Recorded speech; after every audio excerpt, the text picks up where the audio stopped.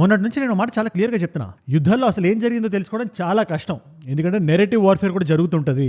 రెండు దేశాల నుంచి మిజైల్స్ మాత్రమే కాదు, మేము ఇది చేసాం అని రెండు దేశాలు క్లెయిమ్స్ చేయడం మాత్రం ఎక్కడ తగ్గవు. ఇవాళ అదే జరుగుతుంది. యుఎస్ ఎయిర్ క్రాఫ్ట్ క్యారియర్ ఒకటి ఉంది, అబ్రహం లింకన్ అని చెప్పి 1,00,000 టన్నులు వెయిట్. అది మీకు సింపుల్ గా నేను కంపేర్ చేసి చెప్పాలంటే ఐఎన్ఎస్ విక్రాంత్ ఉంది కదా మంది, దట్ ఈస్ 43,000 టన్స్.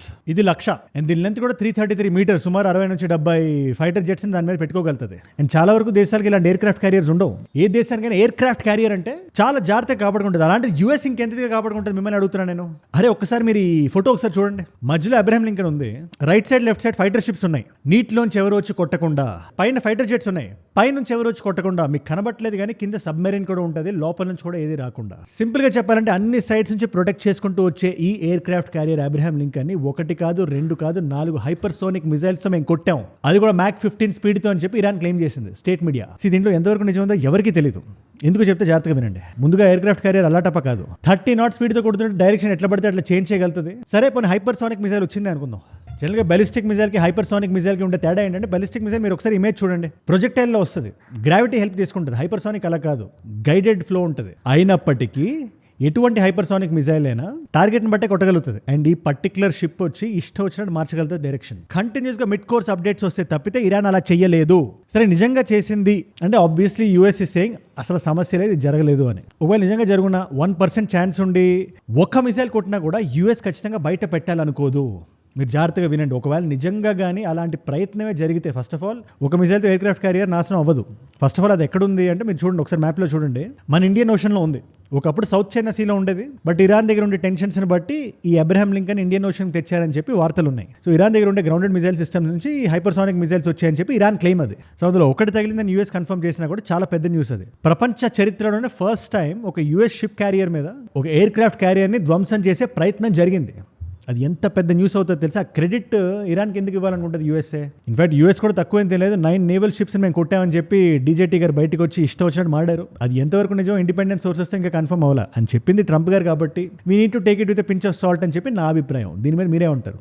అండ్ దానికన్నా ఇంపార్టెంట్ విషయం ఏంటో మీకు తెలుసా, ఇవాళ కానీ స్ట్రైట్ ఆఫ్ హార్మూజ్ కానీ క్లోజ్ చేస్తే, క్లోజ్ చేయడం ఏంటి, ఇరాన్ క్లోజ్ చేశానని చెప్తుంది. అది మన భారతదేశానికి ఎంత నష్టం మీకు ఐడియా ఉందా? మన దేశానికి వచ్చే ఆయిల్లో 26 లక్షల బ్యారెల్స్ ఆ స్ట్రైట్ ఆఫ్ హార్మూజ్ నుంచి వస్తుంటాయి. What is the cost of war అనగానే ఫస్ట్ మనకు వచ్చే ఆన్సర్ జీవితాలు, యుద్ధాలు, కుటుంబాలు, అమాయకపు ప్రాణాలు. దాని గురించి మనం మాట్లాడదాం. ఇవాళ ఏమవుతుందో మీకు క్రిస్టల్ క్లియర్గా ఎక్స్ప్లెయిన్ చేస్తా. కానీ ఇవాళ ఒక భారతీయుడికి ఒక క్వశ్చన్ వస్తుంది. First in fact 2. క్వశ్చన్ నెంబర్ 1, ఇవాళ యుద్ధం జరుగుతుంది కదా, మన వాళ్ళు అక్కడ గల్ఫ్ స్టేట్స్లో ఎంతమంది ఉన్నారు?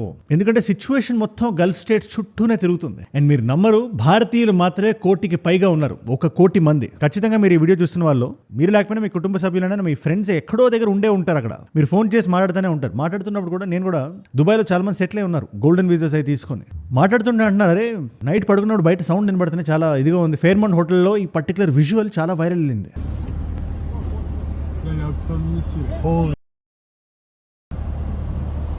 లేదా ఖతార్లో లేదా డోహాలో చూడండి.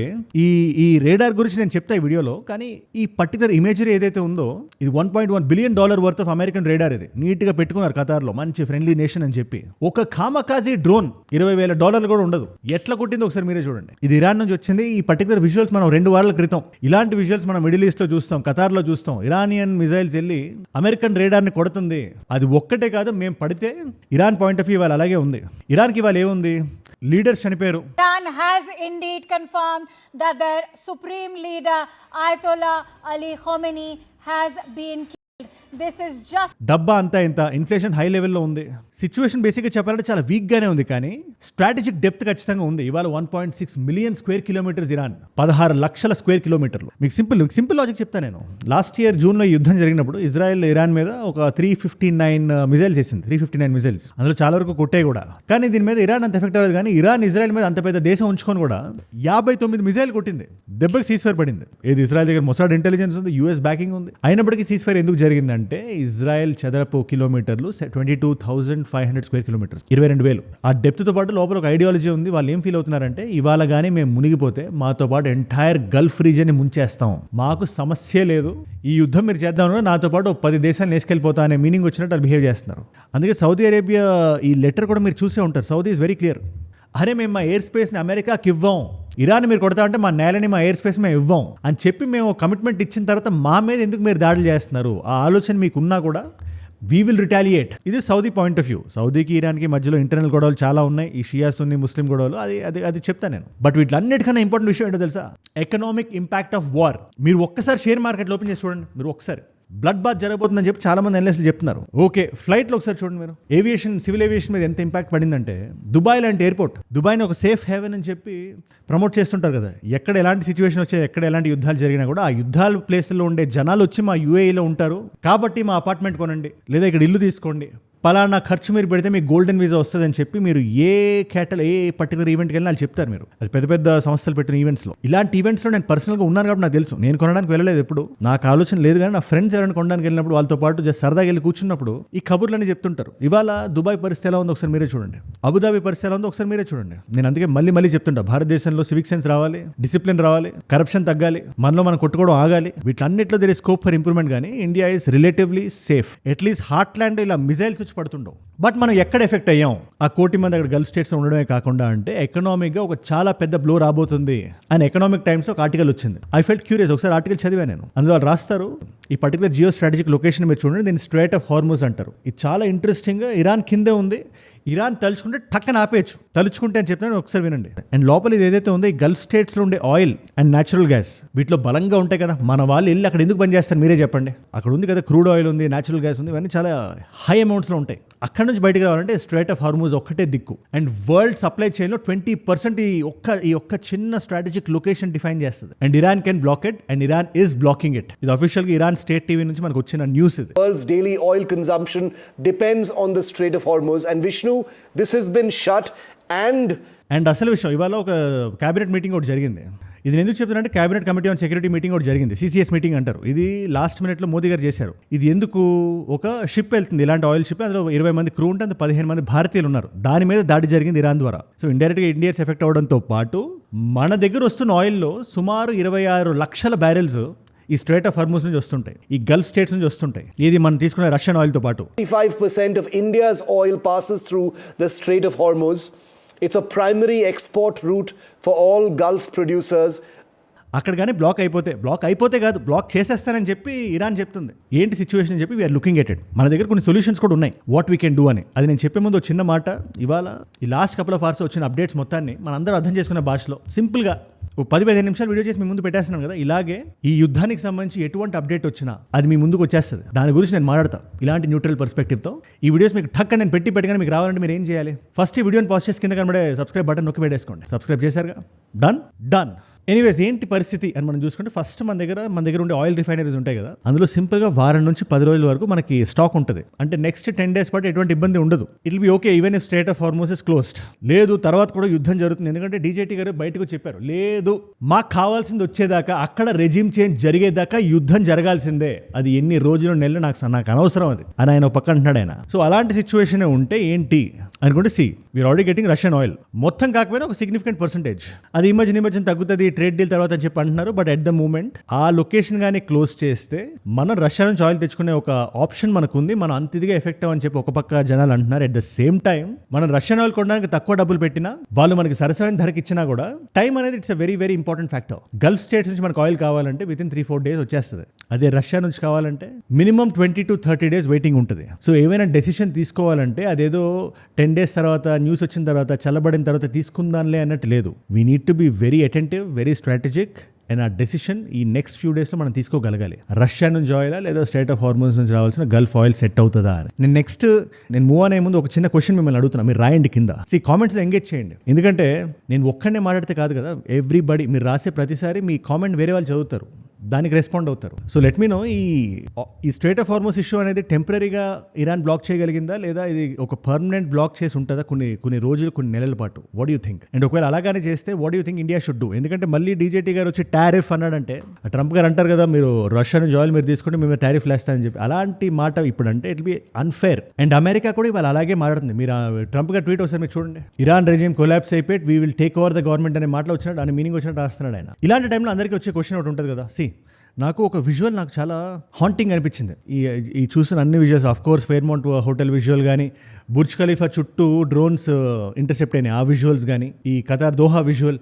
ముందు ఈ ఖతార్ విజువల్ గురించి మనం మాట్లాడుకుంటే, Qatar is an American ally and $1.1 billion ఖర్చు పెట్టి ఒక రేడార్ని అక్కడ పెట్టింది. ఈ రేడార్ ఏం చేస్తుంది, చుట్టుపక్కల 5,000 కిలోమీటర్స్ పాటు ఎక్కడ ఏ మిజైల్ లేచినా ఇట్ డిటెక్ట్. అది స్పెసిఫిక్గా పెట్టింది ఇరాన్ కోసం, ఆఫ్ఘనిస్తాన్ కోసం. ముఖ్యంగా బగ్రామ్ ఎయిర్ బేస్ మీద డీజేటీ గారి కన్ను ఉంది. ఒకప్పుడు అమెరికన్ ఎయిర్ బేస్ అది, బట్ అమెరికన్స్ ఇవాక్యుయేట్ చేసిన తర్వాత 2021లో అది అలాగే ఉండిపోయింది. They wanted back. దానికి పాకిస్తాన్ కూడా వాడుకుంటున్నారు. ఎనీవేస్, ఇరాన్ ఈ మిజైల్స్ రన్ చేసినప్పుడు ఆ పర్టికులర్ రేడార్ని, ఆ పర్టికులర్ పాయింట్ని కూడా పిన్ పాయింట్ చేసి కావాలని, మళ్ళీ ఏదో పెద్ద డ్రోన్ పంపించుకోవడం కాదు, ఒక కామకాజీ డ్రోన్. ఆ డ్రోన్ ఎలాంటిదంటే చాలా ఒక $20,000 ఉంటుంది. అది కొడితే అది పేలుతుంది, అది కొట్టే టార్గెట్ కూడా పేలుతుంది. It's simple basic drone. ఆ డ్రోన్తో కొట్టించేశాడు. మీరు చూడండి, $20,000కి $1.1 బిలియన్ లాస్ వచ్చింది ఇవాళ అమెరికాకి. లాస్ పక్కన పెట్టండి, ఇవాళ ఖతార్లో అమెరికా నమ్మినంటే నమ్మగలుగుతుందా? అండ్ ఈ గల్ఫ్ స్టేట్స్ కూడా ఇజ్రాయెల్, అమెరికా తీసుకున్నంత హిట్స్ తీసుకోగలుగుతాయా? అన్ని దెబ్బలు తిని మళ్ళీ రిటాలియేట్ అవ్వగలుగుతాయి? ఎందుకంటే జనాలు పోతారు స్లోగా, ఆస్తి నష్టం జరుగుతుంటుంది. నేను చెప్పినాను కదా, దుబాయ్ మీద ఇరాన్ కొట్టడానికి కారణం ఒక్కటే, Dubai is an official American ally. America చాలా మంచి సత్సంబంధాలు పెట్టుకుంటుంది. అండ్ దుబాయ్కి సేఫ్ ప్లేస్ అని ఒక బ్రాండింగ్ ఉంది, ఒక పేరు ఉంది. ఆ పేరుని ఖరాబ్ చేద్దాం. వన్స్ అది పేరు ఖరాబ్ అవుతుంటే కొన్ని billions of dollars worth of డబ్బులు పోతాయి. కస్టమర్స్ ఎవరైతే ఇన్వెస్ట్ చేస్తున్నారో, Dubai is a place where you invite people. Real estate కనే కాదు, బిజినెస్లు చేయడానికి, మీరు బిజినెస్ చేయండి, మీరు ట్యాక్స్ కట్టాల్సిన అవసరం లేదని పిలుస్తుంటారు దుబాయ్. అలాంటి దుబాయ్ మీద దాడి చేస్తే ఖచ్చితంగా ఆ డబ్బులు ఆగుతాయి. ఆ డబ్బులు ఆగితే చూడండి, మీ వల్ల మా మీద దాడులు జరిగితే మీరు ఫస్ట్ మీరు ఏదో ఒకటి చేయండి అని చెప్పి ఒక డిప్లొమాటిక్ ప్రెషర్ వెళ్తుంది. That is one of the biggest reasons. Dubai airport మీరు చూడండి, లొకేషన్ చూడండి, airport, Palm Jumeirah, Fairmont, Burj Khalifa, ఇవన్నీ ఎక్కడ వెళ్తారు, ఎవరు ఉంటారు? టూరిస్ట్ ఎక్కువ మంది ఉండే ప్లేస్లు కదా ఇవి. అండ్ ఆల్సో ఇన్నోవేటబుల్గా ఇంత స్కేల్లో యుద్ధం జరుగుతుందంటే ఏదైనా దేశం మాకు సంబంధం లేదు అనుకోవడానికి కూడా లేదు. ఇవాళ ఇండియన్ కనెక్ట్ కూడా బయటికి లాగుతున్నారు. అసదుద్దీన్ ఓవైసీ గారు మన హైదరాబాద్ నుంచి ఒక కామెంట్ చేశారు. ఆయన ఏమంటారు, ఆయన చూడండి, మోదీ గారు ఎగ్జాక్ట్గా 2 రోజుల క్రితం, ఈ యుద్ధం జరిగే 2-3 డేస్ ముందు 25-26 ఫిబ్రవరి ఆయన ఇజ్రాయెల్ వెళ్ళారు, నెసెట్లో మాట్లాడారు. Knesset is Israel's parliament. అక్కడ ఎంపీలతో ఫోటోలు దిగారు. ఇవన్నీ జరిగాయి కదా. మనం ఎప్పుడు భారతదేశం ఎప్పుడు ఒక న్యూట్రల్ స్టాండ్ తీసుకుంది ఇరాన్కి, ఇజ్రాయెల్కి మధ్యలో. ఇవాళ మనం ఇజ్రాయెల్ కరెక్ట్గా స్ట్రాటజిక్గా ముందు వెళ్ళడం వల్ల మనం ఏం మెసేజ్ పంపిస్తున్నాం ప్రపంచానికి? Question number 1. అండ్ ఇజ్రాయెల్ కూడా బయటకి ఏం చెప్పింది? It's very clear. 2-3 వారాల నుంచి మేము ప్లాన్ చేసి కొట్టామని చెప్పి. ఇన్ఫాక్ట్ 2-3 వారాలని చెప్పాలి అంటారు, కానీ I think it's planning in months. So ఇజ్రాయెల్కి ముందే తెలిసినప్పుడు కావాలనే భారతదేశాన్ని పిలిచిందా, లేదా భారతదేశం దీని గురించి ఆల్రెడీ నోటిఫికేషన్ ఉండి భారతదేశం ఒక సైడ్ తీసుకుందా అనే క్వశ్చన్ని అపోజిషన్ రేస్ చేస్తుంది భారతదేశంలో. ఇంక్లూడింగ్ ఈ పవన్ ఖేరా లాంటి వాళ్ళు కూడా ట్వీట్, పెద్ద ట్వీట్లు వేశారు వాళ్ళు. India so called old friend Iran ఏదైతే ఉందో ఎక్స్ప్రెషన్ ఇవ్వాల్సి ఉంది ఇండియా ఇరాన్కి. అలీ ఖమేనీ మీద ఏదైతే జరిగిందో అది చాలా తప్పది, ఇండియా ఖండించాలని చెప్పి వీళ్ళందరి వాదన. అగైన్ ఆఫీషియల్గా ఇండియన్ గవర్నమెంట్ ఏ కంట్రీ స్టాండ్ తీసుకోవట్లేదు. మనం బయటకు వచ్చి బహిరంగంగా ఈ దేశం సైడ్ మేము ఉన్నామని చెప్పట్లేదు. But these are the questions being raised. ఎందుకంటే ఇవాళ Iran is not a small country. ఏదో ఇరాక్ కాదు అది. మీరు జస్ట్ స్క్వేర్ కిలోమీటర్స్ రేంజ్లో చూసినా కూడా ఇరాక్కి 3 రెట్లు ఎక్కువ, ఆఫ్ఘనిస్తాన్కి 2 రెట్లు ఎక్కువ. ఈ 2 దేశాల మీద అమెరికా ఆధిపత్యం చెలాయించాలని చూసింది. We are getting our boots on the ground అని చెప్పింది. అమెరికన్ సోల్జర్స్ నా గడ్డ మీద దింపింది. కొన్ని నెలలు కాదు, ఏళ్ళు కాదు, దశాబ్దాలు ఉంచింది. ఫైనల్గా ఏం జరిగింది? సద్దాం హుస్సేన్కి ఏం జరిగింది? గద్దాఫీకి ఏం జరిగింది లిబియాలో? పోనీ అట్లీస్ట్ వాళ్ళ చావులు ఆ దేశపు చరిత్రలు ఏమైనా మార్చాయా? అమెరికన్ ఇంటెంట్ కరెక్ట్గా లేనప్పుడు, నియత్ అంటారు, నియత్ కరెక్ట్గా లేనప్పుడు ఇలా ఆయిల్ లాగేద్దాం, డబ్బులు చేసుకుందాం, జనాల ప్రాణాలతో మాకు సంబంధం లేదు అనే యాటిట్యూడ్ ఎప్పుడైతే యూఎస్కి ఉంటుందో, I don't think there will be any kind of progress. ఉంటారు 2-3 ఎలక్షన్స్ వరకు జబ్బలు జరుస్తారు, తొడలు కొడతారు, వెనక్కి వచ్చేస్తారు. తర్వాత దేశం పరిస్థితి ఏంటో మనందరికీ తెలుసు. ఇది ఇరాన్కి అవుతుందా లేదా అనే క్వశ్చన్ ఒకటి ఉంది. ఎందుకంటే first almost they on the verging. లేదు, కొడదాం. ఫస్ట్ ఆఫ్ ఆల్ ఇరాన్ చాలా వీక్గా ఉంది, టాప్ లీడర్షిప్ అంతా లేచిపోయింది. ఆ మిగిలిన వాళ్ళని కూడా ఫస్ట్ లేపేస్తే నెక్స్ట్ మనం షారూల్ని కూర్చోబెట్టచ్చు, లేదా ఇంకా some kind of American puppet అక్కడ కూర్చోబెట్టచ్చు. Again on purely on Indian interest, that's not great for us. Let me put that on record. ఇరాన్లో ఒక అమెరికన్ పపెట్ కూర్చోవడం భారతదేశానికి మంచిది కాదు. ఖమేనీ రెజిమ్ ఇరాన్ మీద ఎంత హార్ష్గా ఉన్నా కూడా they were at least neutral towards us. Plus strategic depth అన్నాను కదా. ఏంటి స్ట్రాటజిక్ డెప్త్ అంటే, మీరు ఒక్కసారి ఆ స్కేల్ ఆఫ్ ద సైజ్ చూడండి, సైజ్ ఆఫ్ ద ఏరియా చూడండి. ఆ ఎన్ని మిలియన్ కిలోమీటర్స్ ఒకసారి మీరే గమనించండి మీ కళ్ళతో. 1.6 మిలియన్ స్క్వేర్ కిలోమీటర్స్ ఎంత? మీరు దాని మీద ఎంత దాడి చేయగలుగుతారు? ఇన్ఫాక్ట్ వాళ్ళకి ఆ స్కేల్ ఉండడం వల్ల ఇప్పుడు దాకా సర్వైవ్ అవుతున్నారు. ఇంటెలిజెన్స్ అంత హెవీగా లేకపోయినా కూడా.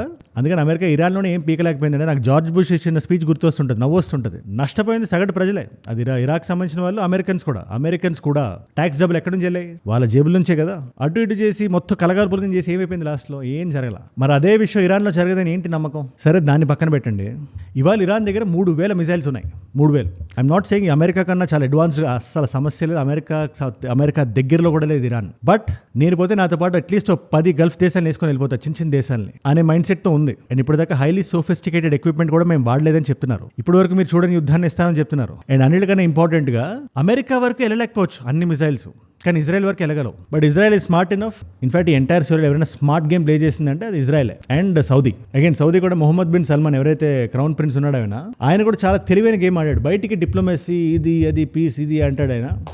కాకపోతే సౌదీకి ఇరాన్కి మధ్యలో ఉండే కాన్ఫ్లిక్ట్ ఏదైతే ఉందో అది ఇవాళ మొదలైంది కాదు. అది 1979 నుంచి ఉంది. ఎప్పుడైతే ఇరానియన్ రెవల్యూషన్ వచ్చిందో, Saudi is like the hub for Sunni Muslims and Iran Shia Muslims. Ideological debate ఎప్పటి నుంచో నడుస్తుంది. ఈ ఖామెనీ రెజిమ్ ఏదైతే ఉందో Saudi doesn't like it. So ఆ ప్లగ్ పీకండి, బటన్ నొక్కండి అని చెప్పి ఈ Mohammed bin Salman is trying to push.